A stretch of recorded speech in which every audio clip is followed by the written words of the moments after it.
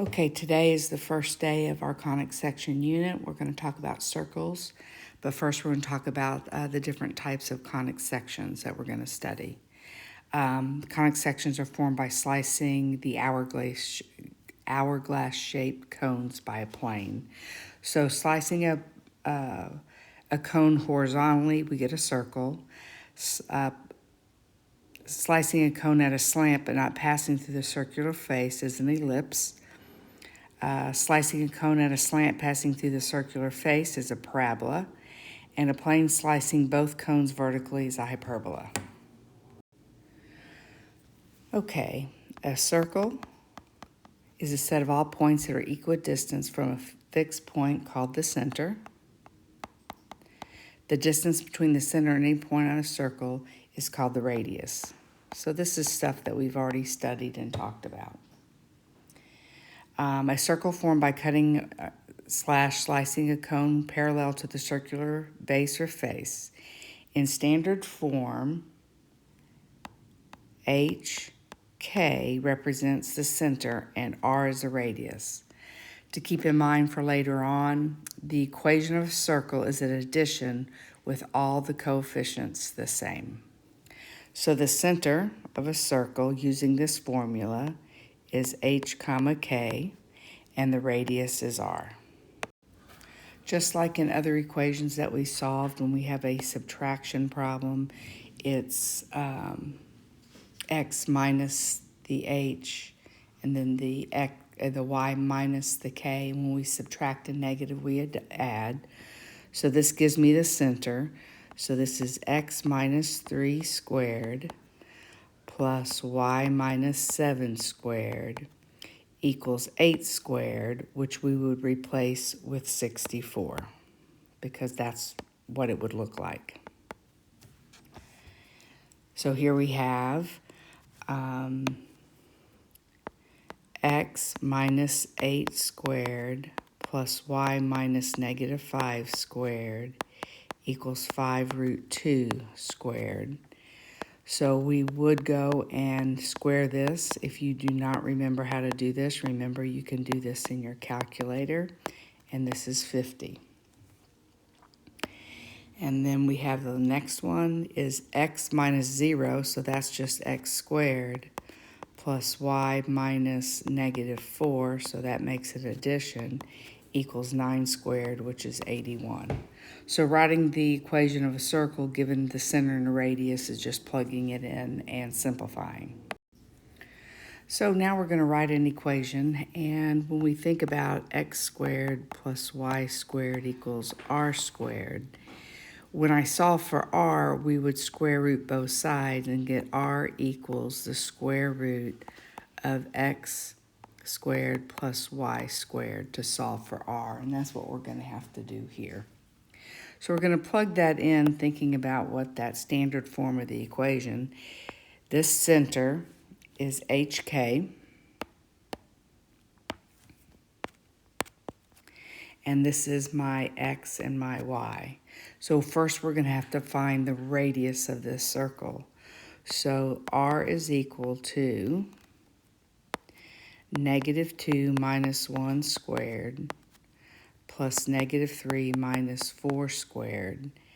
Now we're going to do this math, and this is negative 3, which is 9, and this is negative 7, which is 49.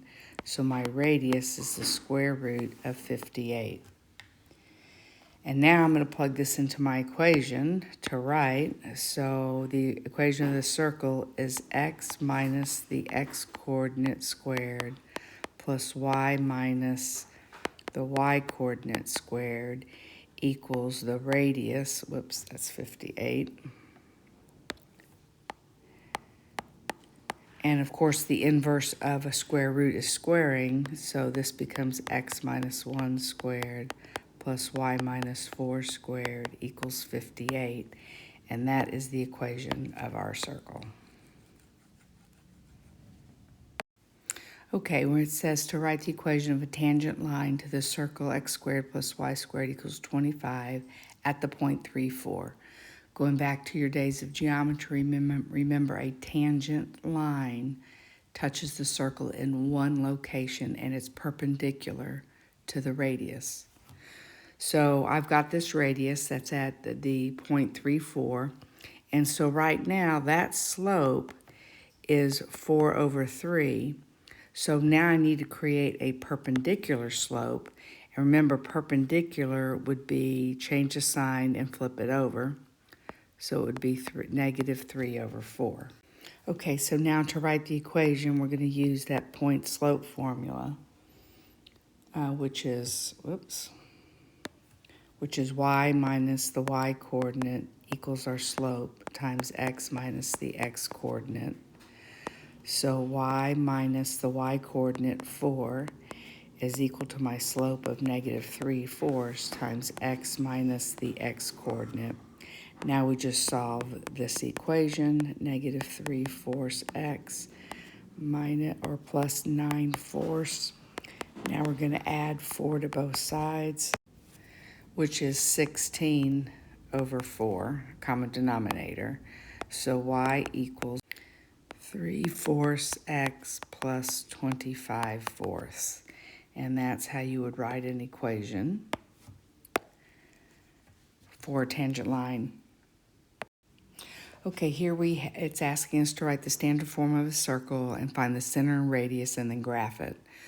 Well, this is not in standard form of a circle, so I am going to have to complete the square twice. I have to complete the square for x and for y. So we're going to separate and write each term in terms of x's and y's. So x squared minus 6x plus whatever it is to complete this square, plus y squared minus 2y plus whatever it takes to take the square. Move that c value over, and remember we have to add those same values in. So to complete the square, remember we take the b term, which in this case is that negative 6, half of negative 6 squared, so b divided by 2 squared, half of b squared, that would be 9. I add it to both sides. And then for the y, half of negative 2 is negative 1. Negative 1 squared is add 1 to both sides. So now I would factor and get x minus 3 squared plus y minus 1 squared equals 4. So there is my equation of the circle. It says that I have the center at 3, 1 and a radius of 2.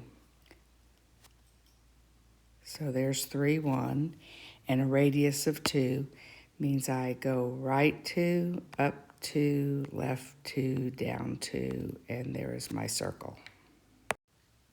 Okay, same direction, so we're going to do the same thing, put our x's together. So x squared plus 6x plus something, and then plus y squared minus 4y plus something. Move that negative 12 over and do 12 plus something plus something. The blanks just kind of help us remember to add it to both sides because that's where the mistake will happen.